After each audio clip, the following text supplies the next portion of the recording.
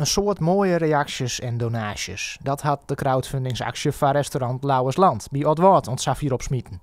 Eigeners Edwin en Elisabeth van der Werf flutsen een paar weken aan de bel, omdat ze het ijs net meer roembreidje koenen. Ja, dat is echt hartverwarmend. We hebben echt wel huilend aan de keukentafel gezeten. Dat we van dankbaarheid en door alle positieve reacties krijg je zelf ook weer de positieve energie.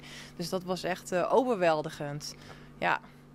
En dan merk je hoe groot de samenhorigheid is in deze omkrieken. Wij komen uit een heel hoor gebied en wij wonen hier nou iets meer dan een uur in deze omkrieken. Maar dan zie je gewoon hoe het in het dorpen oors is als in de stad. Dat is echt geweldig. Echt geweldig. De eigenaars hebben ontnota goed €1500 aan donaties binnenkregen. Ook zeggen ze dat een soort mensen uit de regio meer eten bestellen. Ik had een nice initiatief. Een burger-afhaalservice docht het prima.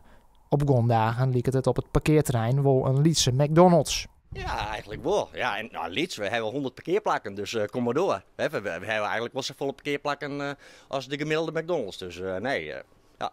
Montioen komt het kabinet weer mij een passe conferentie. Het is nog onduidelijk of de restaurants in kwarten weer open maaien. Van der Werf hoopt het er wel op, maar het is net voortendadelijks de oplossing. Ja, natuurlijk hoop je weer dat we weer iepen kennen, maar ja, dat hing er wel een beetje van af van op wat voor manier. We hebben hier een groot restaurant, we hebben normaal 100 zitplakken. Ja, als wij hier 30 zitplakken vullen maaien, ja, dan mag je op een gegeven moment ik vrij van, zeker maar rond de crisis straks, ja, worst wel iepen. De personeelskosten zijn met crisis extra heeg.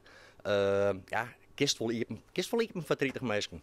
De situatie is likwijls positiever als een paar weken geleden. Het lijkt erop dat restaurant Lauwersland het op deze wijze nog wel even uithouden kan. Ja, als wij de type horen van de mensen in de afhaal en in de burgerdrive-thru en alles eromheen, ja, dan houden wij het nog, dan houden we het op die basis, ja, break-even, dan wel vol. Hè? En dat kan dan krijgen. Ja, maar dan hoort er helemaal niks aan hoor. En eigenlijk, misschien zelfs nog, dan leiden we minder verlies. Laat ik het zo zeggen. En maar dan horen we het zeker, met dit nieuwe initiatief de burgers erbij. Ja, en als dat onder rem blijft, dan horen we het nog wel even vol.